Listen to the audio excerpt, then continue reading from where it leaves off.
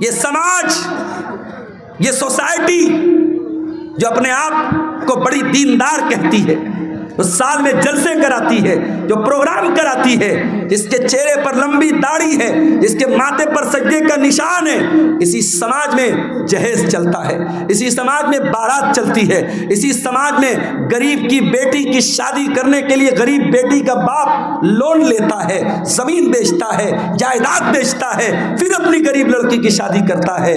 اس غریب انسان جس کے پاس 3-4 بیٹیاں ہوں، وہ اپنی بیٹیوں کو اپنے سینے کا بوجھ سمجھتا ہے۔ اس کے ذمہ دار کون ہے؟ اس کا ذمہ دار پورا سماج ہے، پورا معاشرہ ہے میرے بھائی۔ بیٹی کو بوجھ بنا کے رکھا ہے آپ نے۔ بیٹی بوجھ نہیں ہے میرے بھائی، بیٹی رحمت ہوتی ہے۔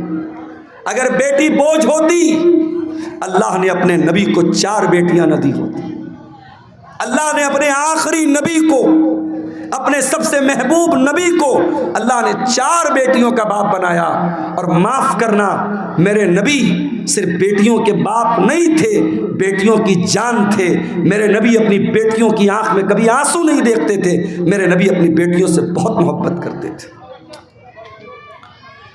اللہ کہہ رہا ہے وَيَعْلَمُ مَا فِي الْأَرْحَامِ، ماں کے پیٹ میں کیا ہے یہ میں ہی جانتا ہوں، کوئی نہیں جانتا۔ الٹرا ساؤنڈ کے ذریعے ڈاکٹر یہ بتا دے گا کہ ماں کے پیٹ میں ہونے والے بچے کا جینڈر کیا ہے، لڑکا ہے یا لڑکی ہے، لیکن ڈاکٹر یہ نہیں بتا پائے گا وہ بچہ پیدا ہونے کے بعد دنیا میں کتنے دن زندہ رہے گا۔ ڈاکٹر یہ بھی نہیں بتا پائے گا وہ لڑکا ہو یا بچہ یا بچی دنیا میں آنے کے بعد نیک بنے گا یا برا بنے گا، نمازی بنے گا یا بے نمازی بنے گا، مسلمان بنے گا یا کافر بنے گا، وہ کیا بنے گا، اس کا کیریکٹر کیا ہوگا، اس کا مزاج کیا ہوگا، اللہ سب جانتا ہے۔ وَيَعْلَمُ مَا فِي الْأَرْحَامِ، رحم مادر میں جو بچہ ہے اس کا XYZ سب اللہ جانتا ہے۔ اور چوتھی چیز وَمَا تَدْرِي نَفْسٌ مَاذَا تَكْسِبُ غَدًا، اور کوئی نہیں جانتا کہ وہ کل کیا کرے گا۔ آپ سوچتے ہیں کل کہیں پروگرام ہے، آپ پہلے سے پلاننگ بنا کے بیٹھے کل مجھے پروگرام میں جانا ہے، اچانک کوئی معاملہ آ گیا، کوئی حادثہ ہو گیا، کوئی ٹرین لڑ گئی، کوئی بس گر گئی، کوئی روڈ پہ جام ہو گیا، کوئی مر گیا، کوئی بیمار پڑ گیا، کچھ بھی ہو سکتا ہے۔ ہم نہیں جانتے، ہم فائنل اور کنفرم نہیں جانتے کہ ہم کل کیا کریں گے۔ ایک پلاننگ کرتے ہیں، ایک اندازہ کرتے ہیں، لیکن کنفرمیشن ہم نہیں بتا سکتے کہ ہم کل کیا کریں گے۔ اور 5ویں چیز وَمَا تَدْرِي نَفْسٌ بِأَيِّ أَرْضٍ تَمُوتُ، اور کوئی نہیں جانتا کہ وہ کہاں مرے گا۔ قاری عبد الباسط صاحب نے بھی نہیں سوچا ہوگا کہ میں کٹیہار کے اور لابا ہے کون سا ہے یہ ضلع کون سا ہے کٹیہار کے گھسیا گھاٹ کا رہنے والا، کیا انہوں نے سوچا ہوگا کہ میں ساؤتھ انڈیا میں جا کے کیرلا میں جا کر کے میرا انتقال ہوگا؟ نہیں، ان کے بچوں نے نہیں سوچا ہوگا۔ کوئی نہیں جانتا کب مرے گا، کہاں مرے گا۔ تو یہ 5 چیزیں صرف اللہ کو معلوم ہے، اور انسان بیچارہ اتنا پھدک رہا ہے، اتنا ناز کر رہا ہے۔ ارے تجھے موت آئے گی، اور یہ موت جب آئے گی تیری اوقات تجھ کو بتا دے گی۔ تجھے اپنے شریر پہ بڑا ناز ہے، اپنی دولت میں بڑا غرور ہے، یہ بڑے بڑے بادشاہ، یہ بڑے بڑے منسٹر، یہ بڑے بڑے راجا، یہ بڑے بڑے ظالم، موت تو ان کو بھی آئے گی۔ اور اسی دیش میں ہم نے دیکھا، اسی ملک میں ہم نے دیکھا، دیش کو دنگوں کی آگ میں جھونکنے والے، دیش میں ہزاروں لوگوں کے قاتل، ہزاروں لوگوں کو مارنے والے، ہزاروں لوگوں کے خون کی ہولی کھیلنے والے، موت ان کو بھی آئی ہے میرے بھائی۔ اور ایسی موت آئی ہے دنیا نے تماشا دیکھا ہے، بہت بری موت آئی ہے میرے عزیزو۔ موت انسان کو آئے گی، کل نفس ذائقۃ الموت، ہر انسان کو مرنا ہے، ہر جاندار کو مرنا ہے۔ ابھی میں ایک نیوز دیکھ رہا تھا، امریکہ میں ایک لیبوریٹری بنائی جا رہی ہے، ایک پریوگ شالہ، اور وہاں انسان کی باڈی کو رکھا جا رہا ہے، اور ایک باڈی کو رکھنے پر کئی کروڑ روپے خرچ آ رہے ہیں۔ اور انسان باڈی کو رکھ کر کے کیا پلاننگ کر رہا ہے؟ دوبارہ اس مردہ کو ہم زندہ کیسے کریں، اس پر وہاں ریسرچ ہو رہی ہے۔ بہت سارے لوگ پیسہ خرچ کر کے اپنی باڈی کو اس میں پریزرو کروا رہے ہیں، اور اس پر ریسرچ چل رہی ہے کہ کیسے مردہ انسان کو زندہ کیا جائے۔ کیا یہ پاسبل ہے؟ قرآن کہتا ہے یہ پاسبل نہیں ہے۔ قرآن کریم اٹھاؤ، سورہ واقعہ کے اندر اللہ فرماتا ہے فَلَوْلَا إِذَا بَلَغَتِ الْحُلْقُومَ وَأَنْتُمْ حِينَئِذٍ تَنْظُرُونَ۔ میرے بندو، جب تمہاری موت کا ٹائم آئے گا، جب تمہاری جان حلق تک پہنچ جائے گی اور تم دیکھو گے مرنے والے کے جو قریبی رشتہ دار ہیں وہ پاس میں بیٹھے ہوئے ہیں اور ان کے سامنے انسان کو موت آئے گی۔ کبھی آپ نے کسی کو مرتے ہوئے دیکھا ہے؟ اتفاق سے میرے نانا کا جب انتقال ہوا تو میں وہاں پہ تھا۔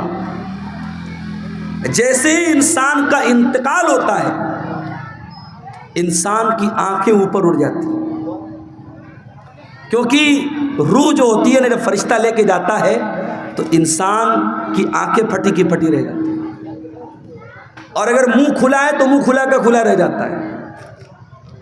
مرنے والے کو تم دیکھ رہے ہو کہ وہ مر رہا ہے۔ وَنَحْنُ أَقْرَبُ إِلَيْهِ مِنْكُمْ وَلَٰكِن لَّا تُبْصِرُونَ۔ ماں کا انتقال ہو رہا ہے، بچے بغل میں بیٹھے ہیں، باپ کا انتقال ہو رہا ہے، بیٹے بغل میں بیٹھے ہیں۔ بیٹوں کو یہ لگ رہا ہے کہ باپ سے سب سے زیادہ قریب ہم ہیں، بیٹی کو یہ لگ رہا ہے ماں سے سب سے زیادہ قریب ہم ہیں۔ اللہ کہتا ہے وَنَحْنُ أَقْرَبُ إِلَيْهِ مِنْكُمْ وَلَٰكِن لَّا تُبْصِرُونَ۔ مرنے والے سے سب سے زیادہ قریب ہم ہیں۔ فَلَوْلَا إِن كُنتُمْ غیر مدینین ترجعونها ان کنتم صادقین۔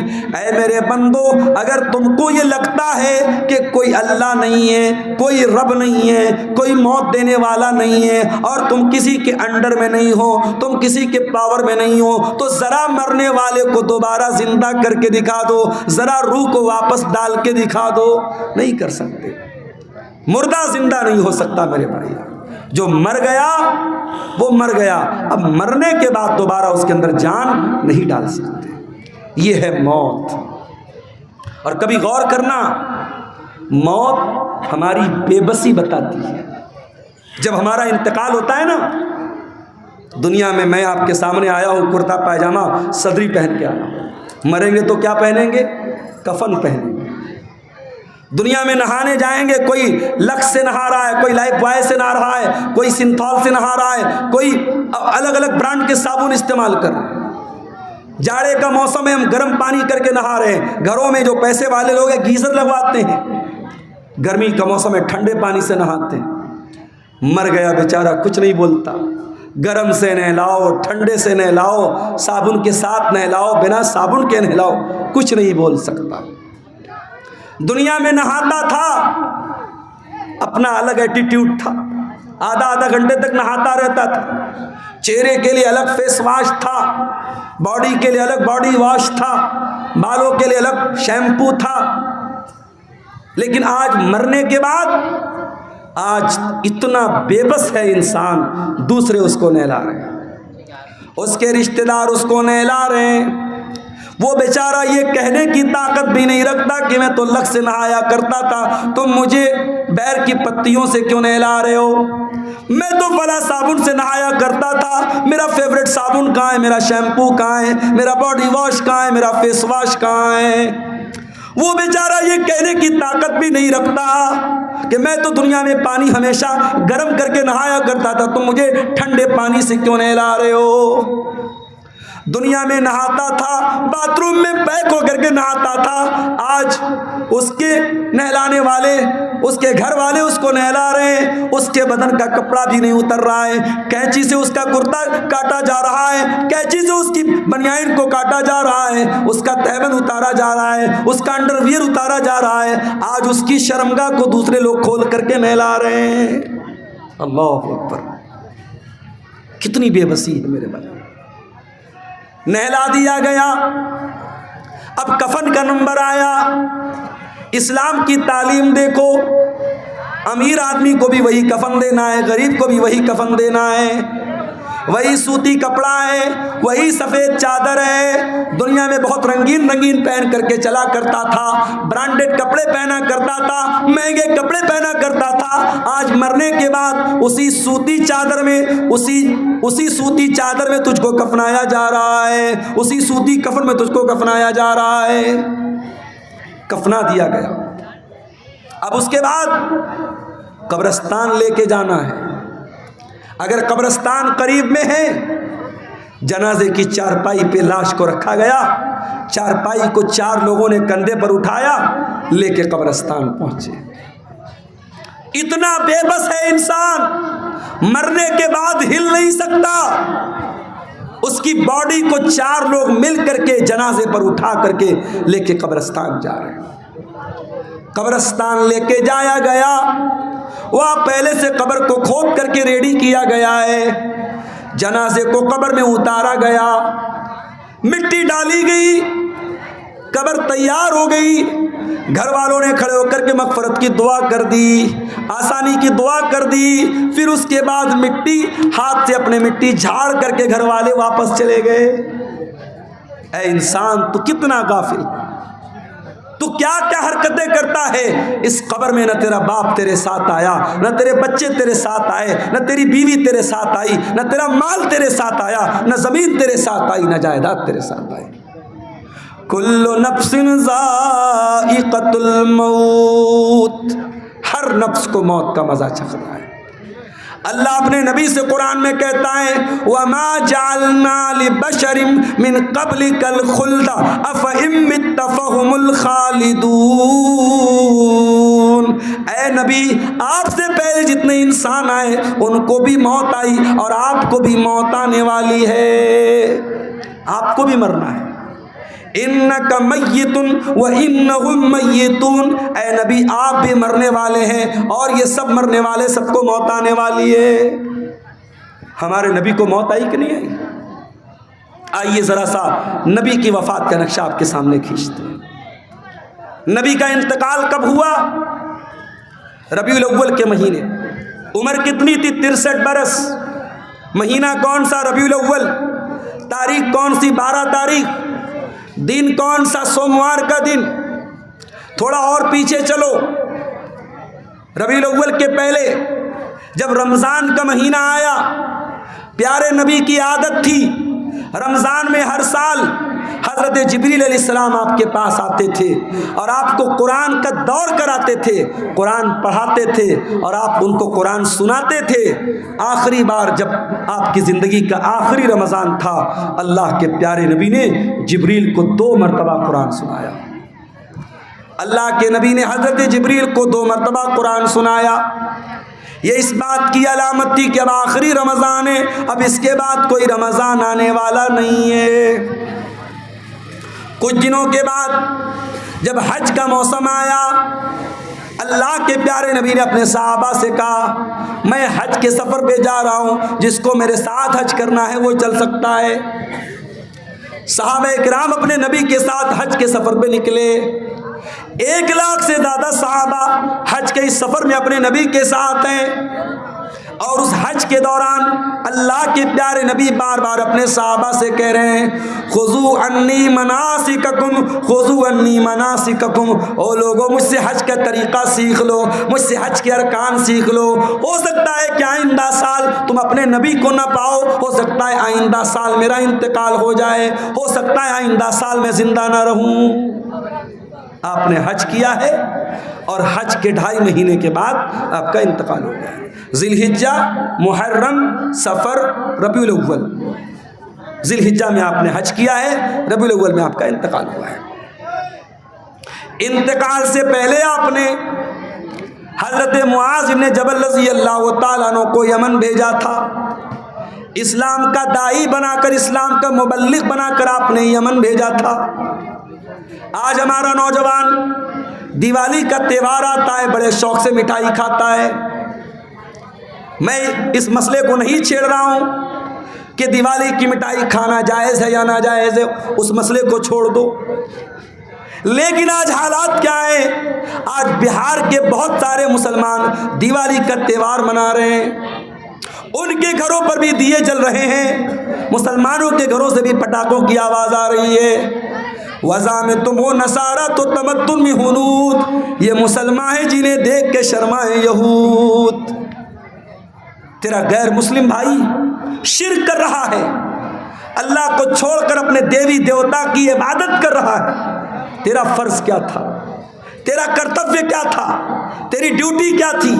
کہ تو توحید سمجھاتا، تو شرک سے منع کرتا، تو بتاتا یہ مہا پاپ ہے، یہ گناہ ہے، اللہ ہی ہمارا پالنہار ہے، اللہ ہی ہمارا معبود ہے۔ اپنے غیر مسلم بھائی کو تو اسلام کی دعوت دیتا، اسلام کی تبلیغ کرتا، مگر تو شوق سے بیٹھ کے مٹھائی کھا رہا ہے، تو اس کے تہوار میں، اس کے شرکیہ کام میں سیلیبریٹ کر رہا ہے۔ شرک کو کبھی سیلیبریٹ نہیں کیا جائے گا میرے بھائی، شرک کو ہمیشہ نگلیکٹ کیا جائے گا، شرک کو ہمیشہ ریجیکٹ کیا جائے گا، شرک کی ہمیشہ تردید کی جائے گی، شرک کو کبھی سیلیبریٹ نہیں کیا جائے گا، یہ مسئلہ یاد رکھنا۔ اللہ کے نبی نے معاذ بن جبل کو یمن اسلام کا داعی بنا کے بھیجا۔ حضرت معاذ بن جبل اونٹنی کے اوپر سوار ہیں، اور اونٹنی کی نکیل اللہ کے رسول کے ہاتھوں میں ہے۔ اللہ کے نبی حضرت معاذ بن جبل کو نصیحت کر رہے ہیں، سمجھا رہے ہیں، بجھا رہے ہیں، ان کو باتیں بتا رہے ہیں۔ باتیں بتاتے ہوئے آپ نے کہا، اے معاذ، ہو سکتا ہے کہ آئندہ سال جب تم مدینہ میں آؤ تو تمہارا گزر تمہارے نبی کی قبر کے پاس سے۔ اے معاذ، ہو سکتا ہے کہ آئندہ سال جب تم آؤ تو اپنے رسول کو نہ پاؤ، اور رسول کی جگہ تمہیں رسول کی قبر نظر آئے، اور رسول کی قبر کے پاس سے تمہارا گزر۔ حدیث کے الفاظ ہیں، اتنا سننا تھا کہ معاذ بن جبل رونے لگے، آنکھوں سے آنسو جاری ہو گئے۔ اے اللہ کے نبی، کیا وہ دن بھی دیکھنا پڑے گا؟ آپ کی جدائی کو سہنا پڑے گا، آپ بھی ہم کو داغ مفارقت دے کے چلے جائیں گے، آپ بھی ہمیں چھوڑ کے چلے جائیں گے۔ یہ منظر یاد کر کے حضرت معاذ ابن جبل رونے لگے۔ جب وہ رونے لگے تو اللہ کے پیارے نبی نے مدینہ کی طرف اشارہ کیا، مدینہ کی طرف اشارہ کیا، اور آپ نے فرمایا، اے معاذ بن جبل، ان اول الناس بی المتقون من کانوا وحیث کانوا۔ اے معاذ، کان کھول کر کے سن لو، اگر مجھ سے محبت کرتے ہو اور قیامت کے دن میرے ساتھ رہنا چاہتے ہو، متقی بن جانا، پرہیزگار بن جانا، اللہ سے ڈرنے والے بن جانا۔ جو متقی ہوں گے، جو پرہیزگار ہوں گے، وہ ہمیشہ میرے ساتھ رہیں گے۔ یہ بشارت آپ نے سنائی۔ میرے بھائیوں، نبی کو احساس تو ہو گیا تھا کہ آپ کا انتقال ہونے والا ہے۔ اس کے بعد جب آپ مکہ فتح ہو گیا تھا، مکہ فتح ہونے کے بعد جب قرآن کی آیت اتری، اذا جاء نصر اللہ والفتح ورأیت الناس يدخلون فی دین اللہ افواجا فسبح بحمد ربک واستغفرہ انہ کان توابا۔ جب قرآن کی یہ چھوٹی سورت نازل ہوئی تو نبی سمجھ گئے کہ اب جب اللہ کا دین مکمل ہو رہا ہے، اللہ کا مشن پورا ہو رہا ہے، اس کا مطلب کہ اب میری موت کا ٹائم قریب آ رہا ہے۔ انہی دنوں میں اللہ کے نبی بیمار پڑ گئے، ایک انصاری صحابی کے جنازے میں آپ گئے۔ یہ سفر کی آخری تاریخوں میں سے کوئی تاریخ تھی، غالباً سفر کی 27 تاریخ تھی۔ آپ جنازے میں سے واپس آنے لگے، آپ کے سر میں بہت تیز درد ہونے لگا۔ آپ گھر آئے، آپ نے حضرت عائشہ سے کہا، عائشہ میرے سر میں بہت تیز درد ہو رہا ہے۔ حضرت عائشہ نے آپ کے سر پر پٹی رکھ دی، آپ کو بہت تیز بخار آیا، اور بخار اتنا تیز تھا کہ پٹی کے اوپر سے بھی بخار کی گرمی محسوس ہو رہی تھی۔ یہ بدھ کا دن تھا، یہ بدھ کا دن تھا، اور سفر کی آخری تاریخوں میں سے کوئی تاریخ تھی۔ یہیں سے اللہ کے نبی کی بیماری کا آغاز ہوتا ہے۔ اللہ کے پیارے نبی کو خیبر کے موقع پر ایک یہودی عورت نے گوشت میں زہر ملا کر کے کھلایا تھا۔ اس گوشت کا اثر 4 سال کے بعد ظاہر ہو رہا تھا۔ آپ حضرت عائشہ سے کہتے تھے اے عائشہ وہ گوشت جو میں نے خیبر میں کھایا تھا اس کے اندر جو زہر ملا تھا اس زہر کا اثر میں اپنی اتڑیوں کے اندر پاتا ہوں، اپنے معدے کے اندر پاتا ہوں۔ اس زہر کا اثر آپ نے اپنی باڈی پر محسوس کیا۔ اسی بیماری کے ایام میں ایک دن اللہ کے پیارے نبی خطبہ دیتے، صحابہ کرام کا مجمع بیٹھا ہوا ہے، اللہ کے پیارے نبی خطبہ دے رہے ہیں اور خطبے میں آپ کہتے ہیں ان اللہ خیر عبدا، اللہ تعالیٰ اپنے ایک بندے کو اختیار دے رہا ہے، اپنے ایک بندے کو چوائس دے رہا ہے کہ اے میرے بندے تو چاہے تو دنیا کی نعمتوں کو لے لے اور چاہے تو میرے پاس آ جا اور اس سے اچھی نعمتیں میں تجھ کو دے دوں۔ تو اللہ کے اس بندے نے اللہ کے پاس جانے کو پسند کر لیا۔ ابھی اتنا بیان کیا تھا آپ نے کہ ابو بکر صدیق زاروں قطار رونے لگے اور روتے ہوئے کہنے لگے فدیناک بآبائنا و امہاتنا، ہمارے ماں باپ آپ کے اوپر فدا ہو جائیں، ہمارے ماں باپ آپ پر قربان ہو جائیں۔ ابو سعید خدری کہتے ہیں ہمیں بڑی حیرت ہوئی کہ اللہ کے پیارے نبی تو ایک کامن بات بتا رہے، ایک عام بات بتا رہے ہیں، اس میں رونے کی کیا بات ہے؟ یہ ابو بکر کیوں رو رہے ہیں اور روتے روتے یہ کیوں کہہ رہے ہیں کہ ہمارے ماں باپ آپ کے اوپر قربان ہو جائیں؟ مگر ہم کو بعد میں پتا چلا کہ اللہ کے پیارے نبی اپنی بات کر رہے تھے کہ اللہ تعالیٰ مجھ کو اپنے پاس بلانا چاہتا ہے۔ اسی خطبے میں آپ نے کہا اے لوگوں کان کھول کر کے سن لو، میرے اوپر سب سے زیادہ اگر کسی کا احسان ہے، اس کے مال کا، اس کے ٹائم کا سب سے زیادہ اگر کسی نے احسان کیا ہے ابو بکر صدیق نے کیا ہے۔ او لوگوں اگر میں دنیا میں کسی کو خلیل بناتا ابو بکر کو خلیل بناتا، مگر میں اللہ کا خلیل ہوں، اللہ نے مجھے اپنا خلیل بنایا ہے۔ اے لوگوں مسجد میں جتنے لوگوں کے دروازے کھڑکیاں ہیں سب بند کر دیے جائیں سوائے ابو بکر کے گھر کے دروازے کے۔ ابو بکر کا جو دروازہ مسجد میں کھلتا ہے اس کو بند نہ کیا جائے، وہ دروازہ اوپن رہے گا، وہ دروازہ کھلا رہے گا۔ یہ نبی کے آخری دنوں کی بات ہے میرے بھائی۔ سوموار کے دن آپ کا انتقال ہوا، بدھ کا دن آیا۔ بدھ کے دن آپ نے صحابہ سے کہا کہ 7 الگ الگ کنویں کا پانی